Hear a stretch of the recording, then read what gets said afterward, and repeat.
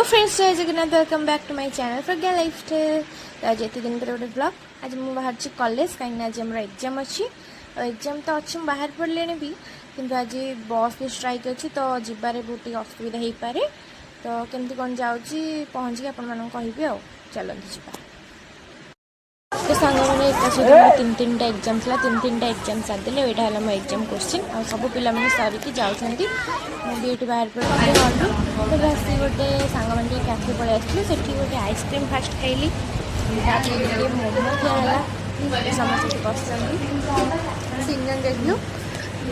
Ice cream आगे टे खाईदे पेट ठंडा हो गला। मोमो आसगला, मोमो टे खाई तीन जन जाक। आउ मोमो खाई सारापर निहाती कौन गोटे पीवाई दरकार। तो मुझे फ्रुटी पी कि ऑटो को अपेक्षा कली, हेल्ले ऑटो आसलानी बहुत समय पर्यंत।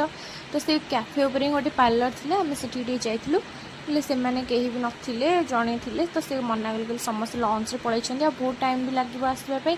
तो आम पलि आसलु कहीं गाड़ी मिल न ना, स्ट्राइक थी आज। तो फाइनाली आम गोटे ऑटो भी मिलगला। आम आसलु हेरी आम जाऊँ। तापर मु बाटे आसला फाइनाली मुझे पहुँची गली स्टैंड रे।